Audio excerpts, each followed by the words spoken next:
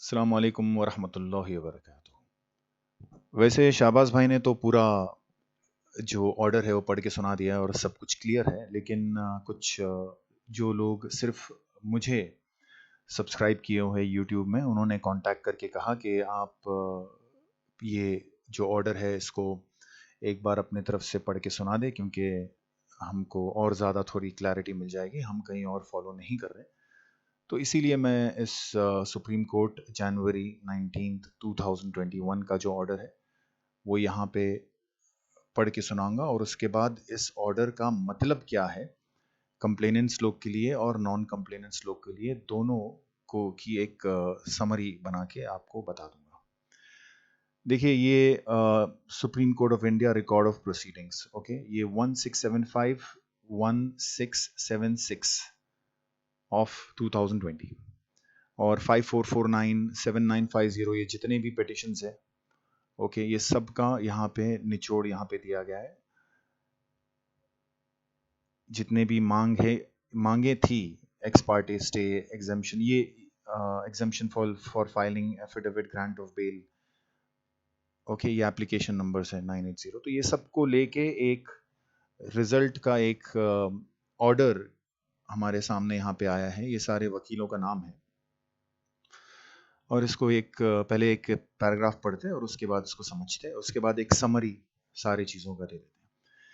We have heard learned counsel for the parties for quite some time. The endeavor of this court is to see that the horse, what may be infractions of law, the money invested by the small investors is not lost in the bargain, or by the end of the day that they get some fraction of that amount. यहाँ पे supreme court ने ये फिक्र जाहिर की है कि जो कोई भी सिचुएशन हो, जैसा भी सिचुएशन हो, we need to make sure that जितने भी स्मॉल इन्वेस्टर्स है, जो छोटे इन्वेस्टर्स हैं, उनका पैसा ये सारे मसले में, ये कोर्ट कचहरी के चक्कर में, ये उनका पैसा कहीं, उनका हक जो है कहीं खो ना जाए, और उनको कुछ ना कुछ रिलीफ के तौर पे मिले। ये हमारा मकसद है, सुप्रीम कोर्ट ने कहा है। Second paragraph, It is towards the aforesaid endeavor that we are willing to enlarge the petitioner on interim bail as a probation period for her to show her bona fides to settle the claims of the investors,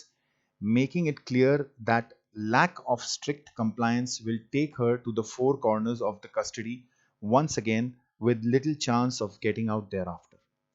ये बहुत ही strict conditions यहाँ पे पहले lay down किया गया है इस paragraph में, कि लोगों की पैसे की फिक्र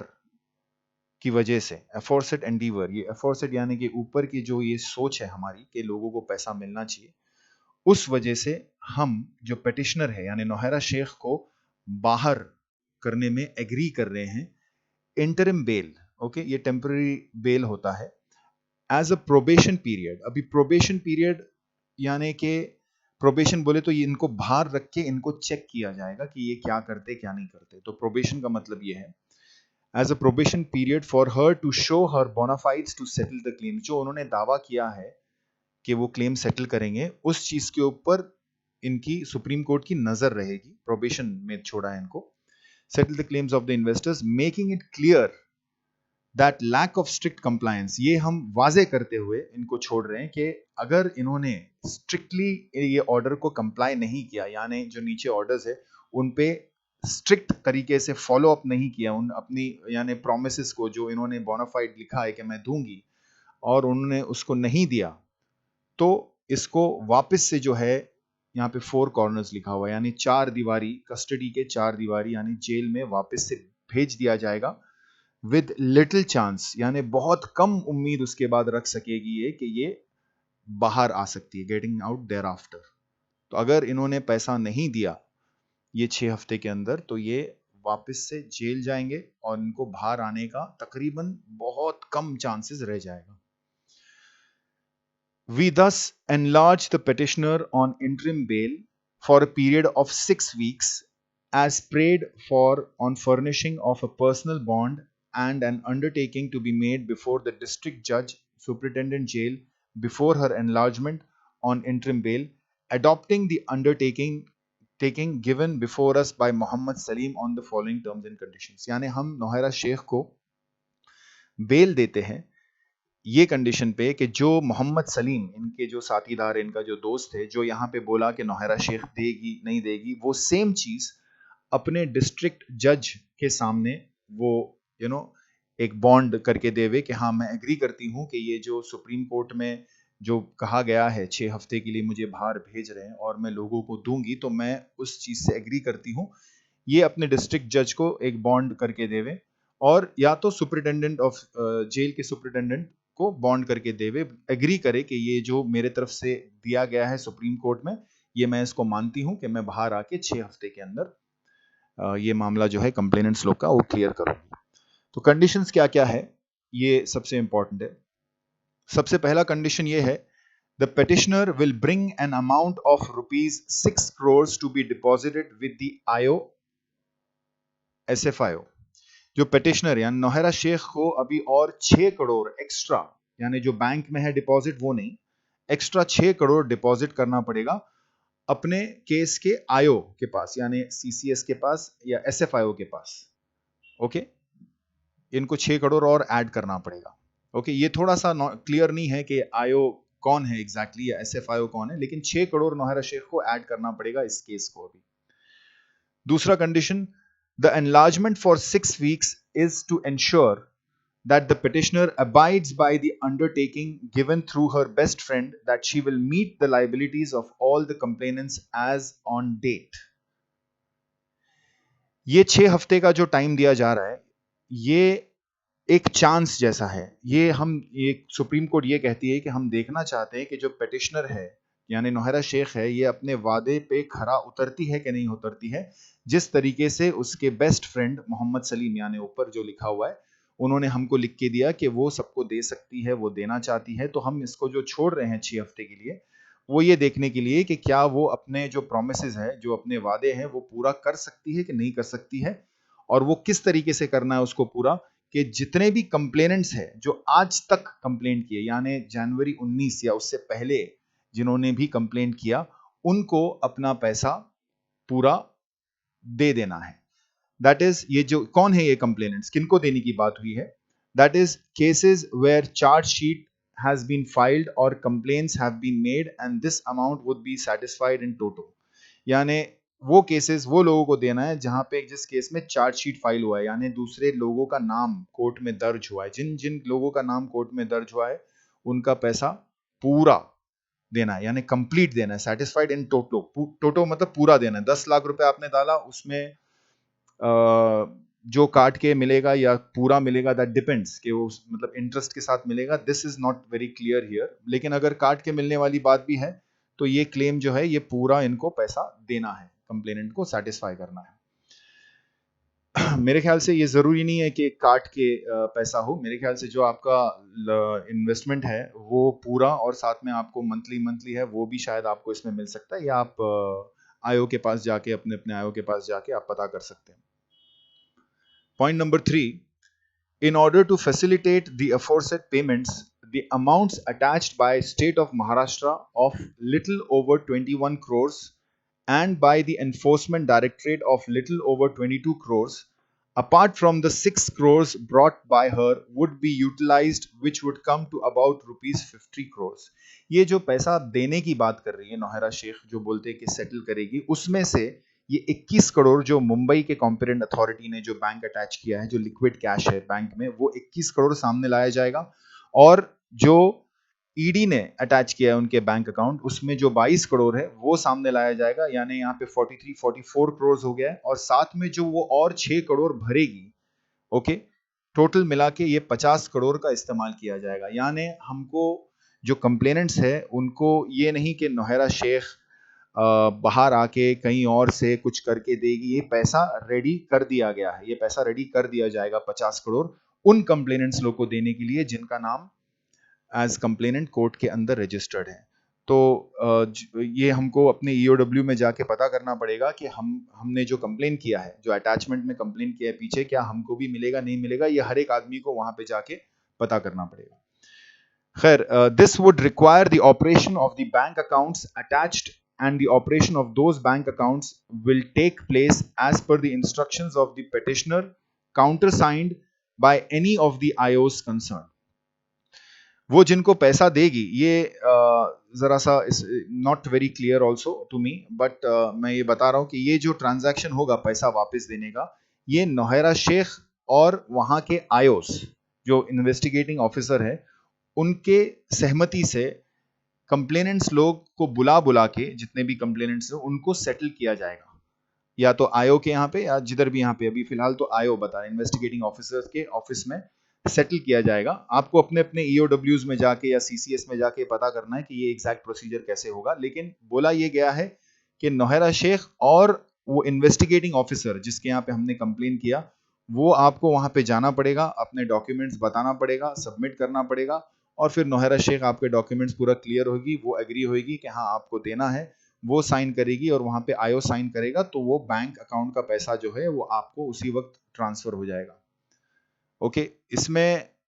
ये ऐसा बिल्कुल नहीं है कि वो बैंक अकाउंट डी फ्रीज होके नौहरा शेख के पास दे दिया गया, नहीं, इसमें अभी भी कोर्ट का इंटरवेंशन है। आयो के परमिशन के बिना या आयो के साइन के बिना कोई भी ट्रांजैक्शन नहीं होगा, और वो पैसा जितने भी है वो सिर्फ इन्वेस्टर्स को रिटर्न करने के लिए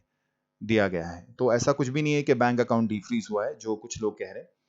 Insofar as the state of Maharashtra is concerned, it is suggested by learned counsel that it may be through the additional collector Mumbai City come competent authority. और ये जो आयो है ये दूसरे स्टेट्स की आयो है जो ईओडब्ल्यूज है, और जहां तक मुंबई महाराष्ट्र की बात है वो एडिशनल कलेक्टर के जरिए होगा, मुंबई सिटी। ओके, जो कॉम्पिटेंट अथॉरिटी है मुंबई के, महाराष्ट्र के कॉम्पिटेंट अथॉरिटी उनके जरिए होगा, उनके ऑफिस में होगा, यानी महाराष्ट्र वालों को एडिशनल कलेक्टर मुंबई के ऑफिस में जाके पता करना पड़ेगा कि हमारा पैसा हमको कैसे वापस मिल रहा है। द पेटिशनर, ये इसमें जो भी थोड़ी बहुत क्लैरिटी अगर किसी को नहीं मिली है ये मेरे रीडिंग से, तो उनको ये करना पड़ेगा, जैसे कि कम से कम महाराष्ट्र के लिए मैं ये बोल सकता हूँ कि you have to go to your competent authorities office, which is the additional collector's office, which will you can take it from me through WhatsApp। उनका एड्रेस या तो मैं नीचे अटैच कर दूंगा थोड़े दिन के बाद, एक दो दिन के बाद, या तो मैं आप मुझे कॉल कर सकते हैं 8355931485, व्हाट्सअप कर सकते हैं, जो कंप्लेनेंट्स है ऑलरेडी वो व्हाट्सअप कर सकते हैं एडिशनल कलेक्टर के ऑफिस के एड्रेस के लिए। लेकिन कुछ भी यहाँ पे आपको अगर कुछ समझ में नहीं आया क्योंकि मेरे लिए भी ये थोड़ा सा इसमें इनकम्प्लीट है इंफॉर्मेशन, पूरा क्लियर कट इंस्ट्रक्शंस नहीं है, तो जो भी बाकी के इंस्ट्रक्शंस है वो एडिशनल कलेक्टर के ऑफिस में जाके हमको मालूम पड़ जाएगा। ये महाराष्ट्र वालों के लिए कह रहा हूँ। The petitioner will continue to report to the Kukatpally police station on every Monday at 10 o'clock। Nowhera Shaikh को कुकटपल्ली पुलिस स्टेशन में जाना पड़ेगा हर मंडे 10 बजे। Point number 5, the learned counsel for the petitioner seeks records to facilitate the settlement। यानी नौहरा शेख जो CCS ने attach किया हुआ रिकॉर्ड्स है वो सीसीएस से मांग रही है, ताकि वो ये देख के लोगों को चेक करके उनके अकाउंट्स उसमें अपने यानी आयो के जरिए या तो कॉम्पिटेंट अथॉरिटी के जरिए उनको पैसा वापस करने के लिए वो रिकॉर्ड्स मांग रही है सीसीएस से। Whatever records the petitioner desires, she will inform the concerned seizing authority within a week from being enlarged, and those records will be made available within a week thereafter for inspection or copies thereof। तो जो भी उनको records चाहिए अपने bell होने के बाद यानी बाहर आने के बाद नौहरा शेख को 1 हफ्ते के अंदर दिया जाएगा, वो मांगेगी और उनको दिया जाएगा। सीसीएस ने अटैच किया तो सीसीएस देगी, दूसरे कोई कॉम्पिटेंट ने अथॉरिटी ने अटैच किया तो वो देंगे। ये सारे रिकॉर्ड्स नौहरा शेख के पास आएंगे, और ये दो यानी आयो और महाराष्ट्र के लिए कॉम्पिटेंट अथॉरिटी, ये दोनों से कोऑर्डिनेट करके नौहरा शेख जो कंप्लेनेंट्स को पैसा वापस देने की कार्रवाई शुरू कर देगी 1 हफ्ते के अंदर इनको। यानी ये पॉइंट नंबर 5 के हिसाब से उनके जो डेटा है वो उनको वापस मिलेगा, कॉपीज दे सकते हैं। पॉइंट नंबर 6,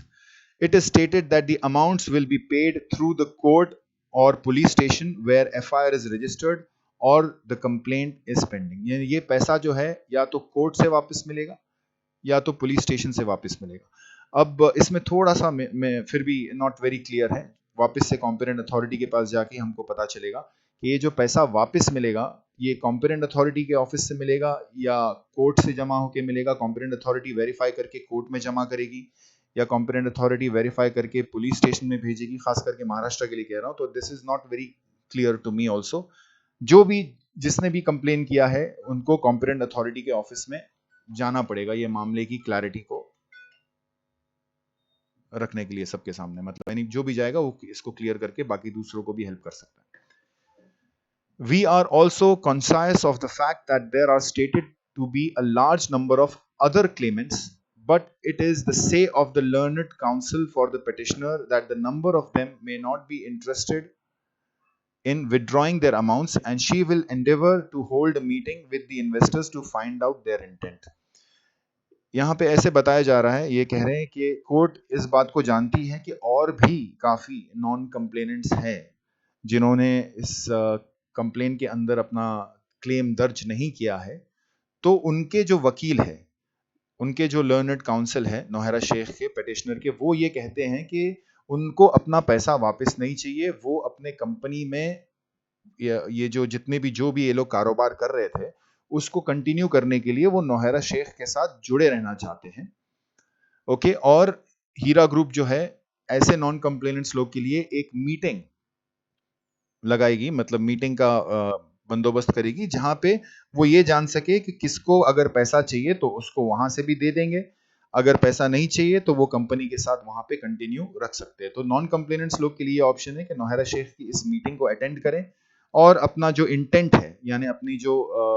मर्जी है वहां पे उनके सामने जाहिर करें कि नहीं मेरे को कंटिन्यू रखना है या नहीं रखना है, और अगर नहीं रखना है तो वो पैसे कब देगी, वहां से उनसे जो भी एश्योरेंस मिलता है जो मिलता है अपने अपनी खुद की रिस्पॉन्सिबिलिटी पे आगे नौहरा शेख के ऊपर भरोसा करके वो चल सकते हैं. और अगर पैसा नहीं चाहिए तो कंपनी के साथ जुड़ के और इसको जो भी वो बिजनेस करती थी अल्लाह आलम उसको कंटिन्यू करना चाहते हैं तो वो अपने हिसाब से अपनी मर्जी के मालिक है, वो लोग खुद वहां पे डिसाइड कर सकते हैं ये मीटिंग के अंदर. We have also taken note of the submission of Mr. Raju, additional Solicitor General, Mr. R. Basant, learned Senior Counsel, and Mr. Rahul Chitnis, learned Counsel for the State of Maharashtra, that it should not be that the other investors who have not participated the issue are left high and dry. यहाँ पे ये भी बोला है कि जो non complainant है, जो लोग ने पार्टिसिपेट नहीं किए, खास करके महाराष्ट्र के वकीलों ने बहुत अच्छा आर्ग्यूमेंट किया है. बोले कि जो लोग कंप्लेन नहीं किए वैसे भी बहुत सारे लोग हैं तो उनको उनके साथ नाइंसाफी नहीं होनी चाहिए, ऐसे महाराष्ट्र के वकीलों ने कहा है, स्टेट गवर्नमेंट के वकीलों ने कहा है, लर्न काउंसिल फॉर महाराष्ट्र, कि उनके साथ नाइंसाफी नहीं होना चाहिए. तो we agree with the sentiments, court कहती है कि we agree with the sentiments but we feel it will serve no purpose if the amounts are accumulated in some other account and ultimately some fraction is made available. ये मैं actually ये मैं 3-4 बार ये इसको पढ़ चुका हूँ. ये I will leave this, I will not try to explain this. तो यहाँ पे खाली इतना कोर्ट कहती है कि we agree with the sentiments, हम ये इस जज्बात के साथ हम समझते हैं, सहमति रखते हैं कि जो लोग कंप्लेन नहीं किए, लेकिन but we feel it will serve no purpose, लेकिन इट विल ये किसी यानी पर्पस का नहीं है. अभी इसको उर्दू में क्या बोलेंगे, इससे कोई फायदा नहीं होगा अगर पैसे जमा हो जाते, if the amounts are accumulated in some other account and ultimately some fraction is made available. ये मैं इस लाइन को मैं छोड़ देता हूँ, ये मेरी अभी तक इसके ऊपर मुझे समझ नहीं है पूरा कंप्लीट, इसलिए मैं इसको आगे नहीं बताना चाहता. The objective is to see whether the business which the petitioner was carrying on can be carried on with some of the persons who have invested, reposing trust in that business. यहाँ पे court ये कहती है कि ये देखना चाहती है कि ये जो बिजनेस ये कहती है कि ये बिजनेस चला रही है, तो वो देखना चाहती है कि इन लोगों को यानी कंप्लेनेंट्स लोग को पैसा देने के बाद जो बाकी बच जाते हैं, तो क्या वो उस बचे हुए लोगों से जो अपना पैसा वहीं रखेंगे नौहरा शेख के पास, क्या वो पैसे से ये वापस से उस तरीके का बिजनेस चला सकती है कि नहीं चला सकती है, ये देखना चाहती है court. It will be at least a progress in the direction rather than permitting a run on the business of the petitioner. और ये जो देखना चाहती है, कम से कम ये इनका जो बेल हम दे रहे हैं तो ये एक ऐसा प्रोग्रेस होगा कि चलो पता कर लेते हैं कि ये अपना बिजनेस चला सकती है कि नहीं सकती है. तो हमारा बेल देना कम से कम उस दिशा में एक प्रोग्रेस है कि पता चल जाएगा हमको कि ये बिजनेस बराबर से बाहर आने के बाद चला सकती है कि नहीं सकती है, जिस तरीके से इन्होंने अपने पिटिशंस में और खत में दावा किया है कि अभी तक बिजनेस चालू है and all. We are told that the passport has already been deposited pursuant to the order of the High Court of Telangana। यानी ये सुप्रीम कोर्ट कहती है कि हम जानते हैं कि हाई कोर्ट तेलंगाना के ऑर्डर के हिसाब से इनका पासपोर्ट जो है वो जब्त है। We have already noticed that the aforesaid is the endeavor to see that claims of claimants who want their money back is met at the earliest, and naturally this will not be a precedent, as is the apprehension expressed by Mr. Raju, learned Solicitor General। यानी ये बहुत ही बेहतरीन तरीके से supreme court ने ये कहा है कि ये जो ये कर रहे हैं, जितना भी कुछ ऊपर है, ये हम ये देखना चाहते हैं कि जो क्लेम्स है, जो लोगों का पैसा है, वो जो पैसा वापस मांग रहे हैं, उनको अपना पैसा जल्द से जल्द मिले। Okay, and naturally this will not be a precedent as is the apprehension express by referee. तो इनको पैसा अपना जल्द से जल्द मिले। तो ये पूरा जो सुप्रीम कोर्ट का ऑर्डर है, इससे देखो कुछ चीजें एकदम क्लियर हो जाती है। सबसे पहली बात तो जो इन्वेस्टर और कस्टमर का जो आर्ग्यूमेंट था वो रद्द हो गया टोटल। यहाँ पे सिर्फ पैसा देने की बात चल रही है। नौहरा शेख को बेल मिल गया, वो अच्छी बात है। वो बाहर आके अभी वो लोग जो कह रहे थे कि चांस चाहिए, तो ये उसके लिए एक चांस है कि वो अपने आप को सही साबित करे, जिस हिसाब से इन लोग कहते हैं। और दूसरा जो रद्द हो गया, एक तो इन्वेस्टर कस्टमर तो रद्द हो ही गया था पिछले तारीख को, दूसरा इस बेल ऑर्डर और इस ऑर्डर के जरिए एक चीज रद्द ये भी हो गया है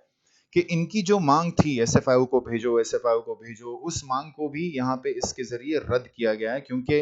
अगर ये 6 हफ्ते के अंदर नहीं देती है, ये कह रही है कि मैं जेन्युइन हूं, मैं दूंगी,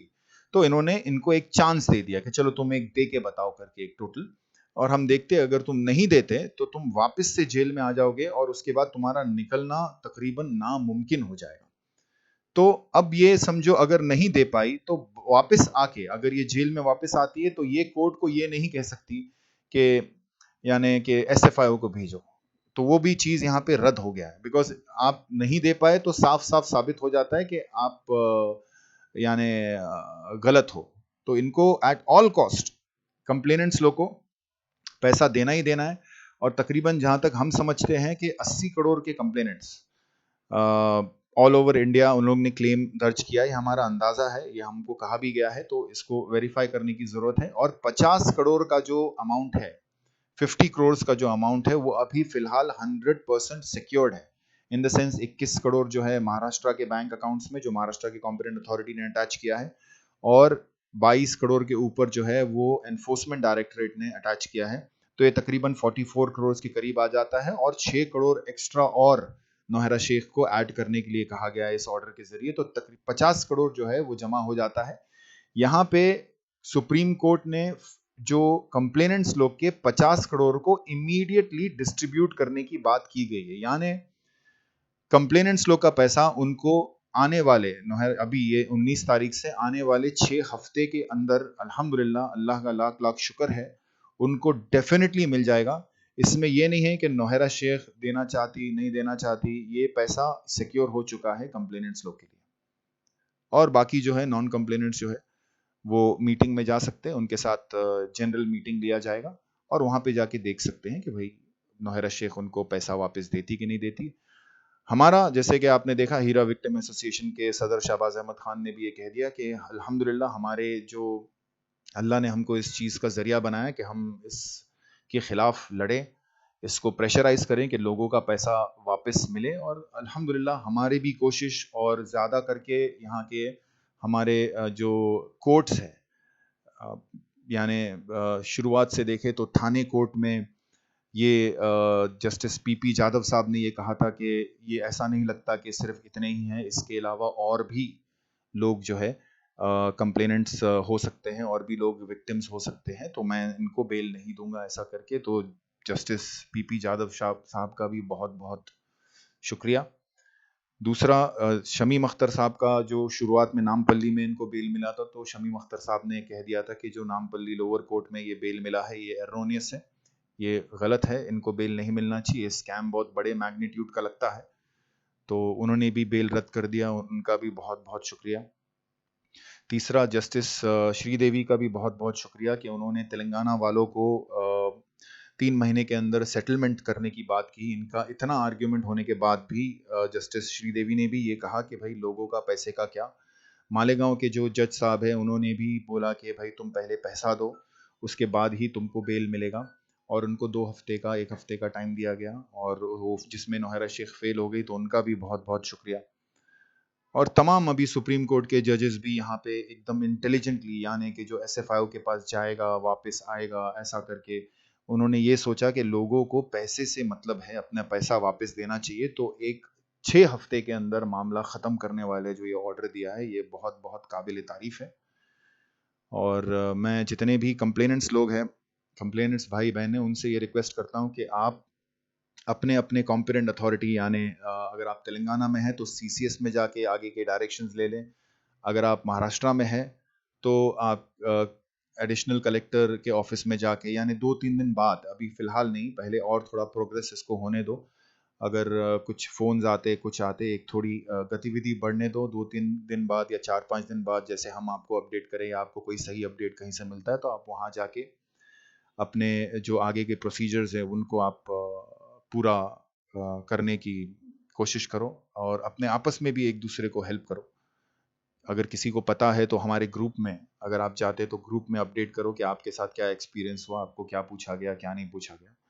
और हम एक दूसरे की मदद करें ताकि ये जो 6 हफ्ते के अंदर की जो रिकवरी है ये सबके लिए आसान हो जाए। थोड़ा भाग दौड़ है अपने पैसे के लिए, लेकिन अल्हम्दुलिल्लाह अल्लाह का शुक्र है कि कंप्लेनेंट्स लोग को अपना पैसा इंशाल्लाह ये 6 हफ्ते के अंदर मिल जाएगा इंशाल्लाह अल्हम्दुलिल्लाह। अस्सलाम वालेकुम वरहमतुल्लाहि वबरकातुहू।